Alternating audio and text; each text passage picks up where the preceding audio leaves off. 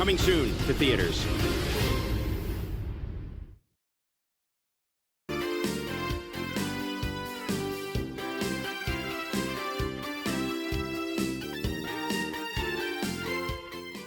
Hello everyone, welcome back to Northwestern Central Railroad. Hope you are doing good today. Now we got our next episode going up in the Northwestern Central Railroad Century series, with it being part 5. And this episode, or at least this next infomercial, we got another really good classic here. This one, compared to the last one, if you didn't like how big the price tag was, that's fine, because we got a cheaper version for you. Today we're looking at the 3-rail O-scale Pennsylvania Camelback from Lionel. So I do have this time I have some history for this thing. It's very vague, but that's just me. So the Camelback was originally made as an experimental project of it trying to use up a new energy or resources that would make this thing really cheap and easy to operate and maintain. And so this thing was it was made. So it was created with a new type of firebox called a Wooten firebox. I believe it is Wooten or Wheaton.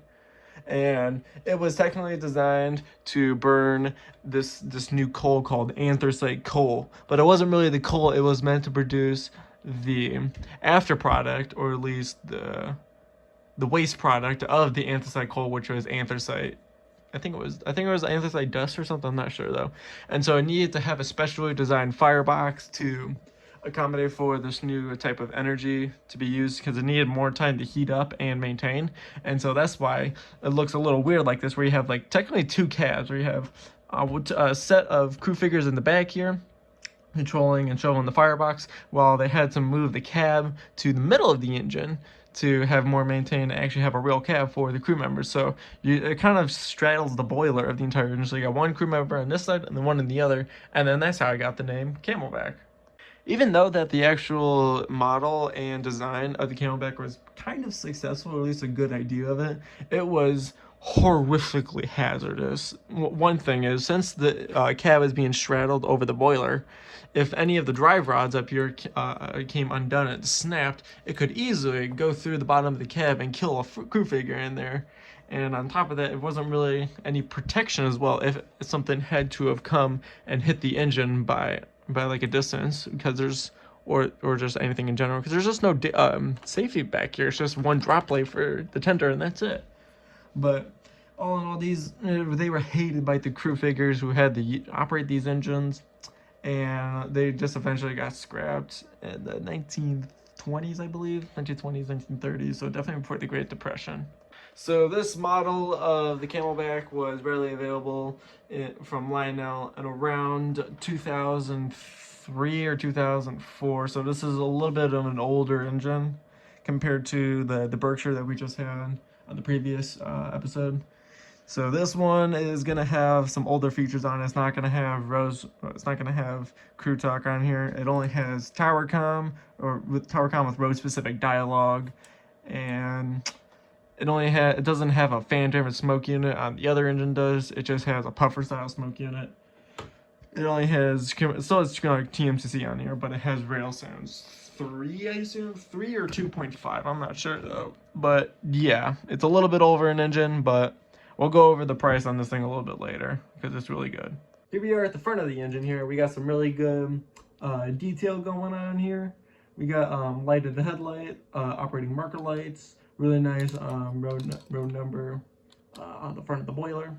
We got a really big plate, or at least platform at the front here, right below, at least right above the cow catcher, with a nice base Gale coupler, which you can take off and put on a dummy O-gauge coupler if you wanted to double head the engine in a lash up configuration.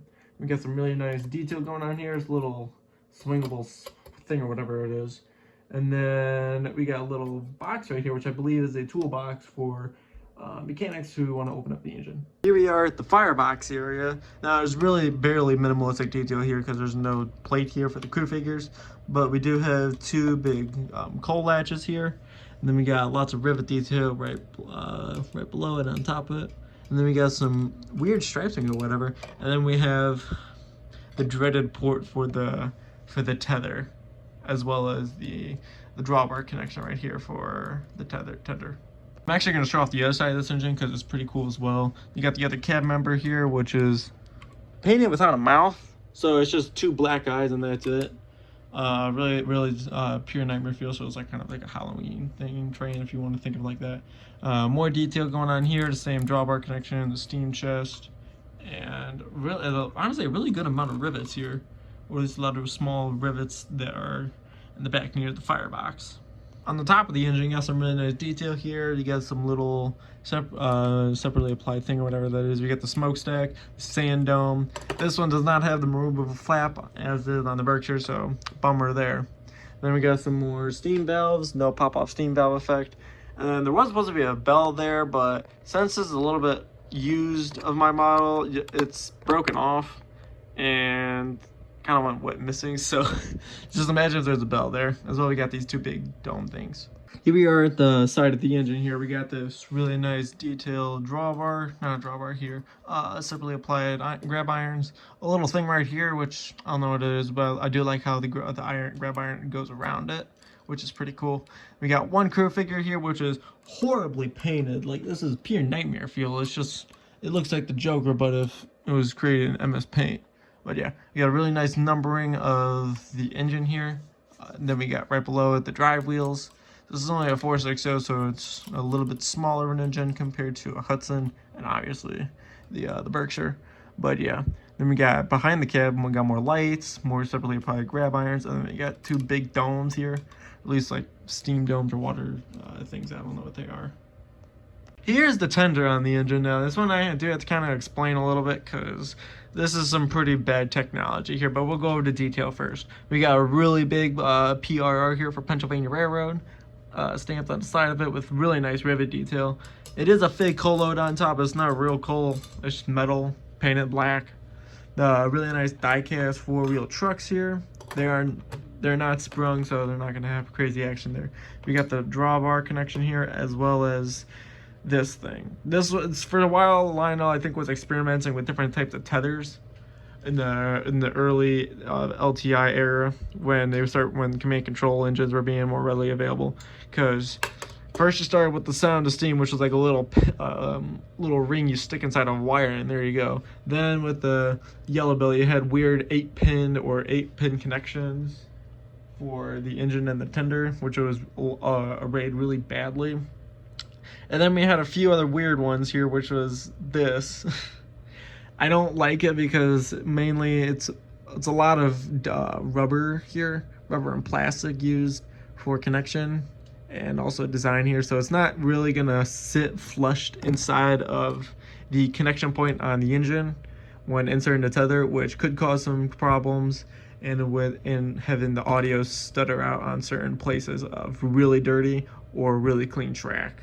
So this is probably like the only caution or the really bad product. It's not defective, it's just a really bad design aspect to it, but that's just one thing to keep in mind when you want to get this engine, if you want to get an older one. Here's the front of the tender now. We got the really terrible drawbar here. We got a little bit of coal coming out from the coal flaps here, as well as really nice but basic detail on the sides here. Sometimes basic is okay, but you would expect a little bit more, but this was made in the early 2000s, so I give it some credit there. It's okay. It gives brownie points for cuteness. On the back of the tender, there's not too much detail here. We got operating backup light, operating knuckle coupler with the electro coupler feature, separately applied ladder here, as well as the fake coal, latch here for water to be put into the tender, and this thing, I don't know what it is. Alright, now I failed to actually mention this in I believe the Berkshire video as well as the Yellow Belly video, but there are two ways you can, technically three, but there's mainly two ways where you can operate this engine. One is by using the TMCC command system to control it, but you can input it into your legacy remote if you want, which I will be doing for this demonstration. Or you can also run this engine conventionally with just a transformer and some track. Now for operating features, there isn't too much going on here. You got some really nice detail all around, but mainly I think we're all here to see how this thing runs and sounds. So let's start her up. with this being an older TMCC model, you'll get some really cool sound effects with this whistle here. It's one of a kind, and I hope that they bring it back sometime if they do a third reissue of the Camelback.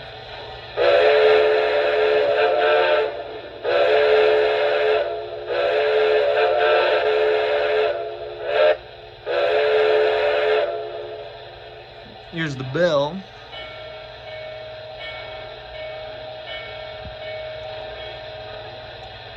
Now, it is recommended from the line owner's manual that you do put a 9-volt battery in here to help with the sound effects from keeping out over dead zones of track.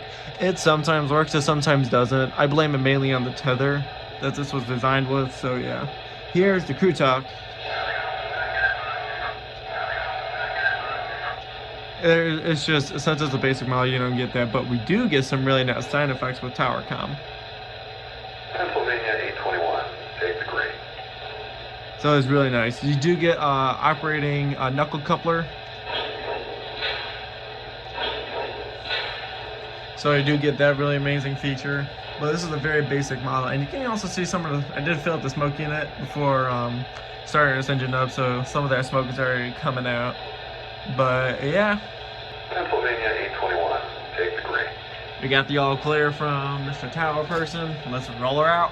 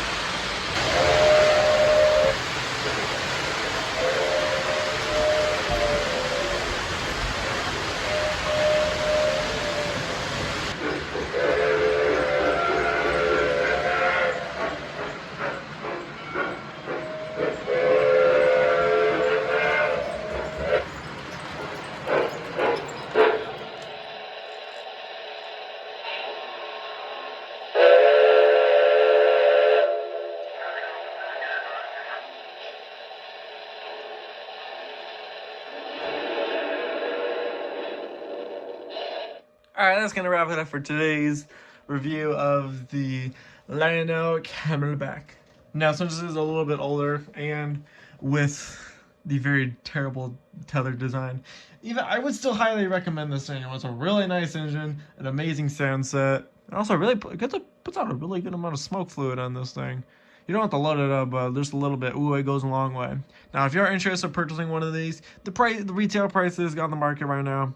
It's a little bit more friendly compared to some of our other engines out here. So this could be the cheapest engine that we have featured on the Century series, but it's still kind of pricey. So if you want this this older model, the price I've seen for them, there are a few on Trains and eBay right now. They're going for around $238 to $400 depending on the road name, but it just depends really if you want Jersey Central, if you want Pennsylvania, if there's another one somewhere, I don't know. Unless you want to get a modern one, which, go for you if you want to get the Lion Chief one or the Legacy. They're going to be pulling around $700 to $800 for those.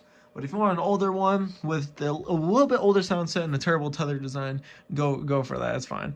Now, you could obviously modify this engine or heavily upgrade it to have the wireless drawbar or the more mod or maybe a Bluetooth connection, whatever you come up with. But really, with that drawbar design, it's just a minor inconvenience. It's not like, hey, don't buy this engine because of it. But it's just one thing to keep note of when you want to get this engine. But yeah, that's gonna be it. So like, comment, subscribe. See you on the next installment of it being number 6.